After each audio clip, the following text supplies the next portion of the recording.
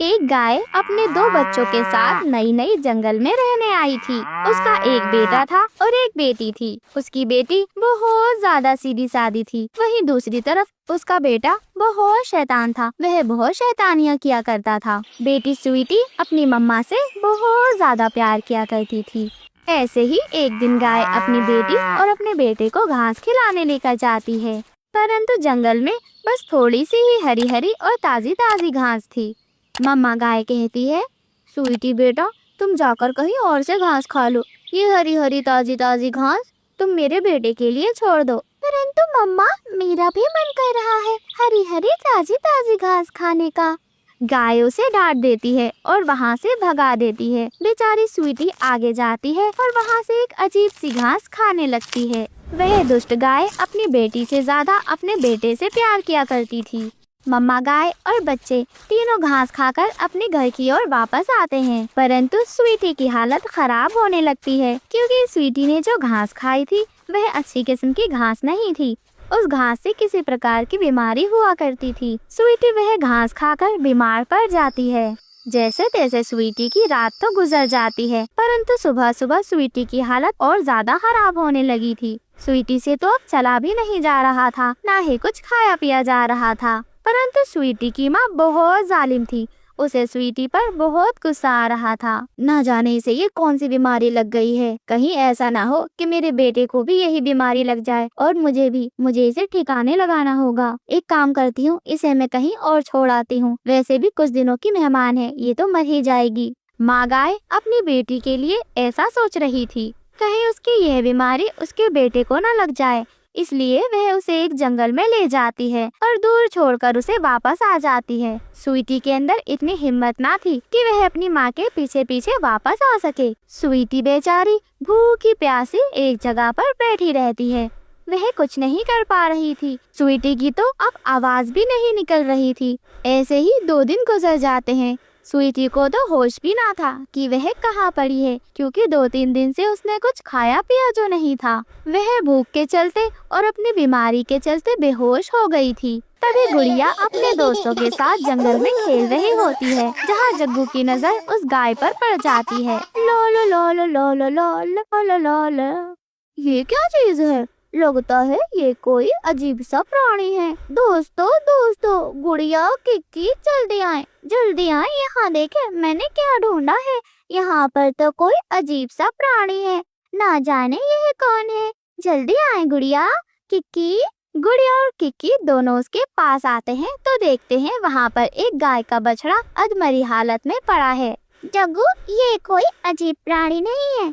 मेरी मम्मा ने मुझे एक गाय दिखाई थी और उसका बछड़ा बिल्कुल ऐसी था। मुझे लगता है ये बीमार है या ये मर चुका है। हमें इसकी मदद करनी चाहिए। नहीं नहीं गुड़िया, मेरी मम्मा ने कहा था कि जब कोई पक्षी या कोई भी जानवर मरने वाला होता है तो जंगल के बड़े बड़े जो जानवर होते हैं वे आकर उसे खा जाते हैं। चलो चलो हम सब घर चलते हैं। कहीं ऐसा ना हो कि जंगल के बड़े बड़े जानवर आएं और वे इसके साथ साथ हमें भी खा जाएं। तभी स्वीटी भी होश में आ जाती है। वह उनकी बातें सुनकर डर जाती है और कहने लगती है, क्या मुझे जंगल के जानवर खा जाएंगे? आप लोग मुझे अकेला छोड़कर ना जाएं। कृपया मेरी मदद करें। मैं मरी नहीं हूँ, मैं तो जिंदा हूँ।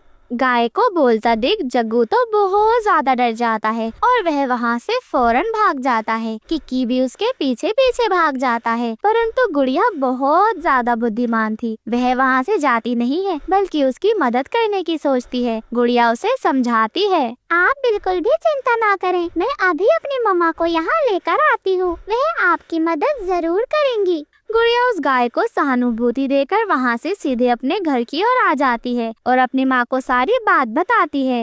मम्मा मम्मा जल्दी उठे, आप सोए नहीं। मुझे आपसे कुछ बहुत जरूरी बात करनी है। मम्मा उठे। मम्मा चिड़िया उठती है और गुड़िया से कहती है, अरे क्या हुआ गुड़िया? कहीं तुमने किसी से लड़ाई तो नहीं की है ना? कहीं तुम उस गौरी और कालू के बेटे जग्गू से तो लड़कर नहीं आई हो? देखो वो बहुत ज्यादा जालिम है। उसने तो मिट्टू भैया को भी मारा था। मैंने तुमसे कितनी दफा कहा है कि जग्गू के साथ मत खेला करो। वह पहले तुमसे लड़ता है और फिर तुम्हारे ऊपर ही झूठा नाम लगाकर तुम्हें ही पिटवा देता है। ओहो मम्मा, सब्र करें सब्र करें।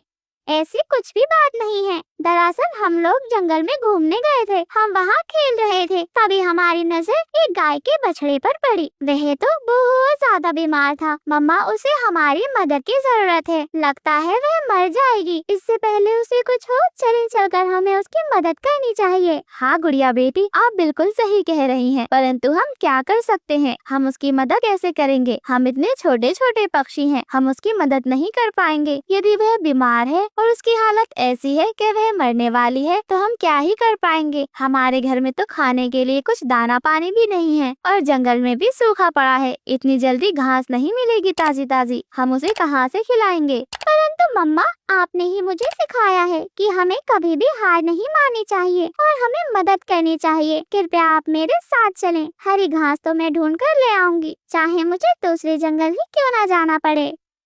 ऐसा कहकर गुड़िया अपनी माँ को लेकर सीधे उस बछड़े के पास जाती है। मम्मा चिड़िया बहुत मेहनत कर जैसे तैसे उस बछड़े को उठाती है, धीरे धीरे चलवाती है और उसे अपने साथ अपने घर ले आती है। गुड़िया बेटी, आप इसे पानी पिलाएं जब तक मैं इसके लिए कुछ मरहम बना कर लाती हूँ। ऐसे ही रानो चिड़िया एक डॉक्टर के पास जाती है और उसे उस बीमारी के बारे में बताती है। वह डॉक्टर उसे कुछ मलहम लगाने को देता है और रानो चिड़िया घर आकर उस गाय के मरहम लगाती है। वह एक जड़ी बूटियों का मरहम था, उससे गाय बिल्कुल ठीक हो जाती है। धीरे धीरे कुछ ही समय में गाय पूरी तरीके से स्वस्थ हो चुकी थी। एक तरफ मम्मा चिड़िया उसके रोज मरहम लगा रही थी, वहीं दूसरी तरफ गुड़िया उसे रोज हरी हरी जंगल से घास लाकर खिला रही थी। देखते ही देखते वह गाय बहुत ज्यादा अच्छी हो जाती है। वह तो अब काफी तंदुरुस्त हो चुकी थी। अब जब भी मम्मा चिड़िया दाने की खोज के लिए निकला करती, तभी वह गाय को अपने साथ ले जाया करती। अब वह गाय खुद ही अच्छी अच्छी घास ढूंढकर खा लिया करती। कुछ ही दिनों बाद वह गाय भी एक बछड़े को जन्म देती है। वह बछड़ा बहुत ज्यादा खूबसूरत था, साथ ही साथ वह दूध देना भी शुरू कर देती है। मालकिन मालकिन, मेरा बच्चा इतना दूध नहीं पी सकता। आप एक काम करें, इतना दूध खराब जाएगा, आप मेरा दूध निकाल लें और जंगल के पक्षियों को बेच दें। इससे आपकी गरीबी दूर होगी, आप अच्छा खा पी पाएंगी। जैसा कि गाय कहती है, मम्मा चिड़िया ऐसा ही करती है। वह एक बाल्टी में गाय का दूध निकाल लेती है और जंगल के पक्षियों में बेचने लगती है। धीरे धीरे मम्मा चिड़िया की आर्थिक स्थिति बहुत ज्यादा अच्छी हो जाती है और वह गाय भी हंसी खुशी मम्मा के साथ रहने लगती है। मम्मा चिड़िया अपनी गाय के साथ अब बहुत ज्यादा खुश थी। वहीं दूसरी तरफ एक कालू कौवा और एक गौरी कौवी रहा करते थे। वह दोनों बहुत ज्यादा दुष्ट थे। वह देखते हैं कि यह गाय का बच्चा बिल्कुल ठीक हो चुका है। कालू जी, ये तो वही गाय है जो बहुत ज्यादा बीमार थी। ये इतनी जल्दी ठीक कैसे हो गई? और देखें, ये तो अच्छा खासा दूध भी दे रही है। हाँ गौरी, ना जाने इतनी जल्दी यह गाय कैसे ठीक हो गई। हमें तो लगा था कि इस गाय को कोई बड़ी बीमारी हो गई है, शायद यह मर जाएगी। परंतु ये छोटी चिड़िया बहुत ज्यादा चालू है, इसने इस गाय को ठीक कर लिया। अब मजे ले रही है दूध के। चले चले कालू जी, जाकर छोटी चिड़िया से थोड़ा दूध मांग कर आते हैं। ऐसा कहकर वे कौवा और कौवी उस गाय के पास जाते हैं और मम्मा चिड़िया से दूध मांगते हैं। मेरी प्यारी चिड़िया बहन, हमें थोड़ा सा दूध दे दो, मुझे खीर बनानी है। जंगल में खालिस दूध मिलता ही कहाँ है, मैंने सोचा अपनी चिड़िया बहन से ले लूं। हाँ हाँ गौरी बहन, बिल्कुल दूध मिलेगा, परंतु इसके बदले आपको मुझे मीठे फल या फिर दाना देना होगा। मीठे फल और दाना? गोरी, हम मीठे फल और दाना कहाँ से लाएंगे? हमारे पास तो पैसे नहीं है, न ही हमारे पास मीठे फल और दाना है। चिड़िया बहन, क्या तुम हमें मीठे फल और दाने के बदले दूध दोगी? क्या हम तुम्हारे अच्छे पड़ोसी नहीं हैं? कालू भैया, गौरी बहन, आप दोनों बहुत अच्छे पड़ोसी हैं, परंतु यह मेरा काम है। मैं ये दूध बेचकर ही अपना घर चलाती हूँ, इसलिए आपको दाना या फल तो देने ही होंगे। कालू और गौरी गुस्से में वहाँ से चले जाते हैं। कालू जी, आज रात ही हम उस गाय का सारा दूध निकाल लेंगे, फिर देखती हूँ मैं वो छोटी चिड़िया क्या करेगी। हाँ गौरी, मैं भी तुम्हारे साथ चलूंगा और उस गाय का सारा दूध निकाल लूंगा। ऐसा सोचकर रात के वक्त कालू और गौरी उस गाय के पास जाते हैं और वह उसका दूध निकाल ही रहे होते हैं कि गाय तो उन्हें खूब पीटती है।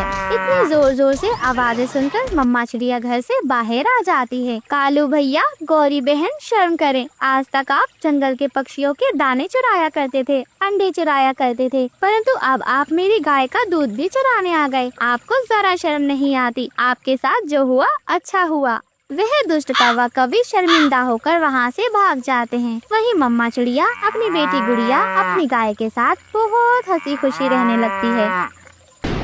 माँ, बारिश कितनी प्यारी लग रही है ना। देखो मेरे पंख कैसे चमक रहे हैं। उसकी बात सुनकर रानो चिड़िया मुस्कुराते हुए अपनी बेटी गुड़िया से कहती है, हाँ मेरी गुड़िया, बारिश तो बहुत अच्छी होती है, लेकिन हमें सावधान रहना चाहिए। ज्यादा पानी हमारे घर के लिए अच्छा नहीं है। माँ, हमारा घर कितना मजबूत है ना, बारिश इसे तोड़ नहीं सकती। बेटी, हमारा घर पत्तों से बना है। तेज बारिश में इसे बचाना मुश्किल हो सकता है, लेकिन हम दोनों साथ हैं तो सब ठीक रहेगा। चलो अब तुम घर के अंदर ही रहना। मैं बारिश होने से पहले भोजन लेकर लौट आऊंगी। सुनो दोस्तों, जब तक मैं भोजन लेकर वापस आती हूँ, तब तक आप इस वीडियो को लाइक और इस चैनल को सब्सक्राइब करना ना भूले। फिर रानो चिड़िया भोजन की तलाश में घर से चली जाती है। वो जैसे तैसे अपने लिए और अपनी बेटी गुड़िया के लिए भोजन इकट्ठा करती है। थोड़ी देर बाद आसमान में बादल घिरने लगते हैं, तेज हवाएं चलने लगती हैं। रानो चिड़िया चिंतित हो जाती है। लगता है बारिश होने वाली है, हमें तैयार रहना होगा। तेज बारिश हमारे घर को नुकसान पहुंचा सकती है। फिर रानो चिड़िया जल्दी जल्दी घर पहुंचती है। माँ, घर गिरने वाला है। घबराओ मत मेरी गुड़िया, हम कुछ करेंगे। जल्दी से बाहर चलो, यहाँ रहना खतरे से खाली नहीं है। रानो चिड़िया और गुड़िया चिड़िया घर से बाहर आ जाती है। तेज हवा और बारिश में उनका घर टूटकर गिर जाता है। दोनों उदास होकर अपने घर को टूटता हुए देखती हैं। माँ, अब हमारा घर कहाँ है? हम कहाँ जाएंगे? चुप हो जाओ मेरी गुड़िया, हम नया घर बनाएंगे। हर मुश्किल का हल होता है, बस हमें हिम्मत रखनी होगी। तुम इतनी जल्दी हिम्मत मत हारो। लेकिन माँ, हमारी कौन मदद करेगा? हमारे पास कुछ नहीं बचा। अब हम कहाँ जाएंगे? तभी काले पंखों वाला एक कौवा कालू मामा वहाँ आता है।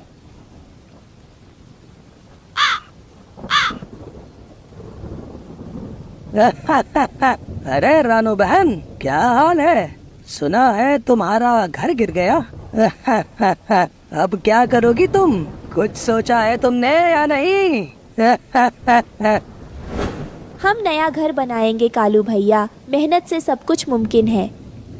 नया घर पत्तों का? ये तो फिर टूट जाएगा। मेरी बात मानो, इस जंगल में कोई तुम्हारी मदद नहीं करेगा। मामा, आप हमारी मदद करेंगे? मैं तुम्हारी मदद? मैं तो मजाक कर रहा था। मुझे तो खुद खाने के लिए मुश्किल से कुछ मिलता है। तुम अपना घर खुद बनाओ। ये जंगल है, यहाँ कोई किसी की मदद नहीं करता। सबको यहाँ पर अपने से मतलब है। कालू मामा उड़कर चला जाता है। गुड़िया उदास हो जाती है। माँ, कालू मामा ने भी हमारी मदद नहीं की। अब हम क्या करेंगे? हम किसी से मदद नहीं मांगेंगे, हमें अपनी मेहनत पर भरोसा है। चलो जंगल में कुछ ढूंढते हैं। फिर दोनों माँ बेटी जंगल की तरफ घर बनाने के लिए तिनके और घास का इंतजाम करने चली जाती है। माँ, तुम थक गई हो, थोड़ी देर आराम कर लो।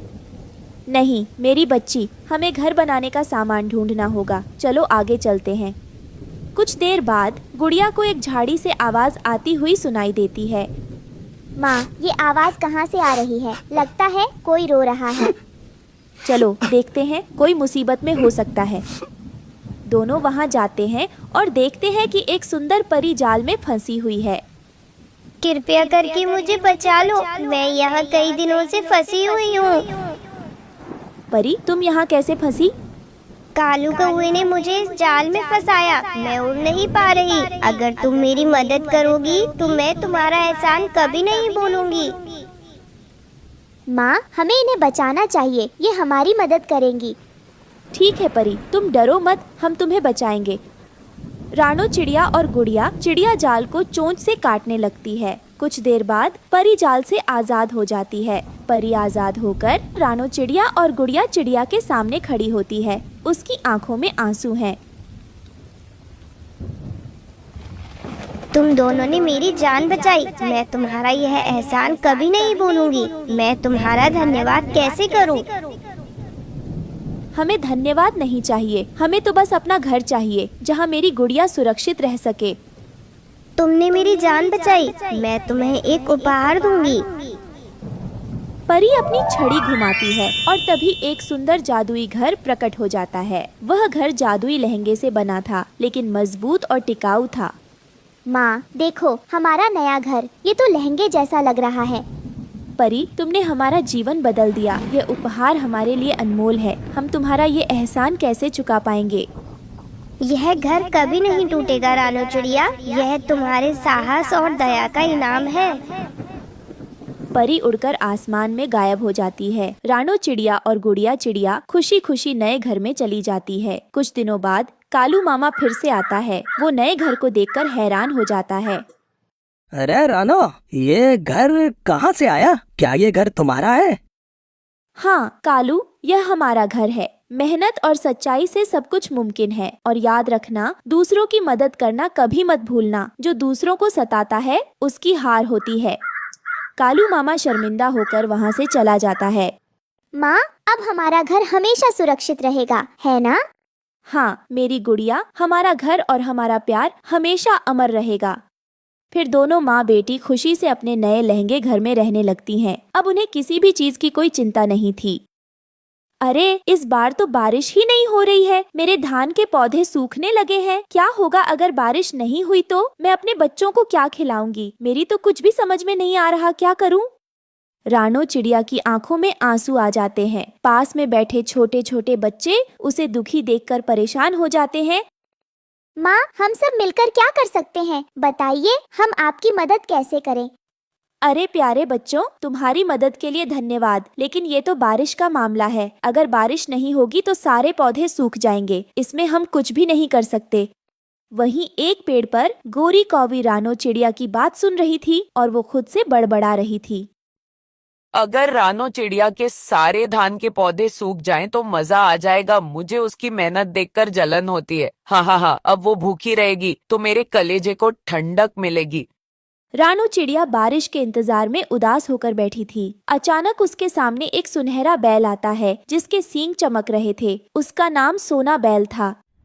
रानो चिड़िया, मैं सोना हूँ। मुझे पता है कि तुम्हारे खेत के पौधे बारिश न होने के कारण सूख रहे हैं। मैं तुम्हारी मदद करूँगा, तुम परेशान मत हो। सोना, तुम सच में मेरी मदद करोगे? लेकिन कैसे? मैं जादुई हूँ रानो चिड़िया। मेरे चमकते सींगों को देखो। मैं इनकी मदद से पानी की धाराएं बहा सकता हूँ। तुम फिक्र मत करो, मैं तुम्हारी सारी परेशानी को दूर कर दूंगा। रानो चिड़िया खुशी से उछलती है और बच्चों को बुलाती है।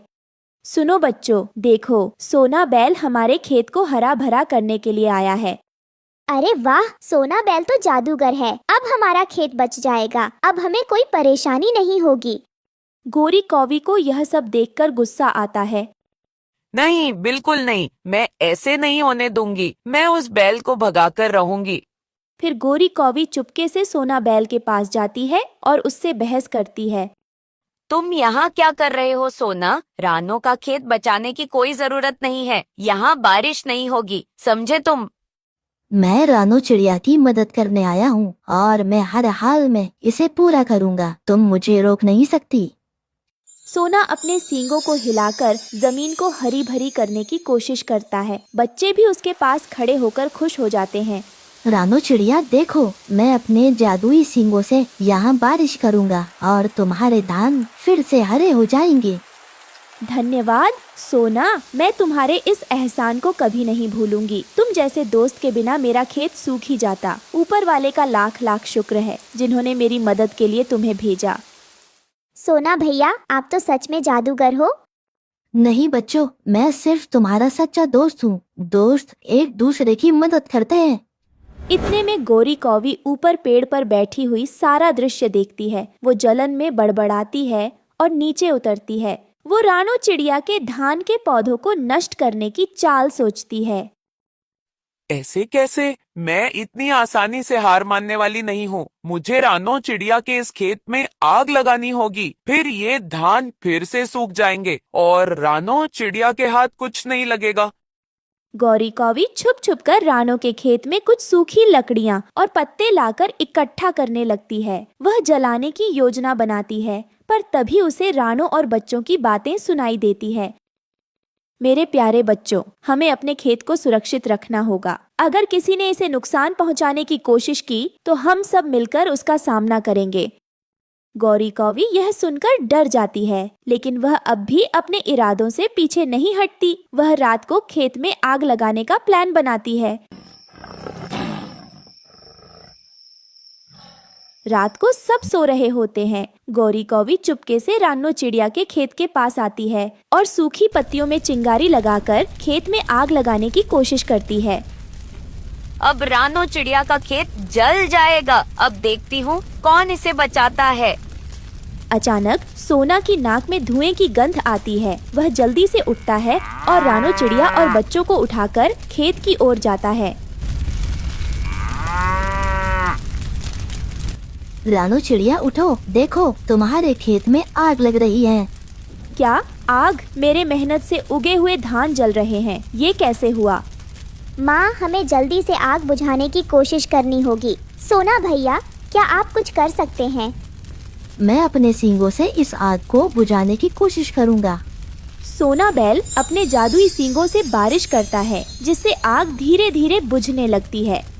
हे भगवान, यह आग कैसे लगी? मेरे खेत का क्या होगा? रानो घबराओ मत, हम सब तुम्हारे साथ हैं। जब तक हम सब साथ हैं, कोई तुम्हारे खेत को नुकसान नहीं पहुंचा सकता। इतने में गौरी कौवी देखती है कि उसका प्लान नाकाम हो गया है और सोना बैल और बच्चों ने आग बुझा दी है। इन सबकी एकता ने मेरे प्लान को नाकाम कर दिया। ये सब मिलकर मुझे हर बार हरा देते हैं। अगले दिन रानो और बच्चे देखते हैं कि उनके धान के खेत सुरक्षित है। वे खुशी से नाचते हैं। धन्यवाद सोना, तुम ना होते तो न जाने मेरे खेत का क्या होता। नहीं रानो, ये तुम्हारी मेहनत और इन बच्चों की एकता का नतीजा है। हमने मिलकर खेत को बचाया है। नहीं सोना बैल, तुम सब मेरे परिवार हो। साथ रहकर ही हम हर मुसीबत का सामना कर सकते हैं। मैं तुम्हारा एहसान जिंदगी भर नहीं भूलूंगी। तुम्हारा बहुत बहुत शुक्रिया। यह कहानी बच्चों को सिखाती है कि मेहनत, एकता और सच्ची दोस्ती से हम किसी भी कठिनाई का सामना कर सकते हैं। रानो चिड़िया और उसकी बेटी गुड़िया चिड़िया जंगल के एक कोने में बने पुराने घोंसले में रहते थे। रानो चिड़िया गरीब थी और दिन भर मेहनत करके खाना जुटाती थी। गुड़िया चिड़िया अभी छोटी थी, इसलिए अपनी माँ का हाथ बंटा नहीं पाती। एक दिन रानो चिड़िया अपनी बेटी से कहती है, बेटा, आज फिर से जंगल में दाना ढूंढने जाना पड़ेगा। बहुत मुश्किल से हमें रोज का खाना मिलता है। माँ, काश हमारे पास अपना घर होता और खाना हमेशा के लिए हो जाता। मुझे आपके लिए बहुत दुख होता है। अरे बेटा, सब ठीक हो जाएगा। बस ईमानदारी से मेहनत करते रहो। एक दिन सब कुछ अच्छा होगा। रानो चिड़िया अपने घोंसले से निकलकर जंगल में दाना पानी की खोज में जाती है। रास्ते में उसे एक अजीब सा चमकता हुआ चिराग दिखता है। अरे ये क्या है? ये तो बहुत पुराना चिराग लगता है, मगर इतनी चमक क्यों? शायद इससे कुछ फायदा हो जाए। रानो चिड़िया उस चिराग को अपने घोंसले में ले आती है और उसे एक कोने में रख देती है और भूल जाती है।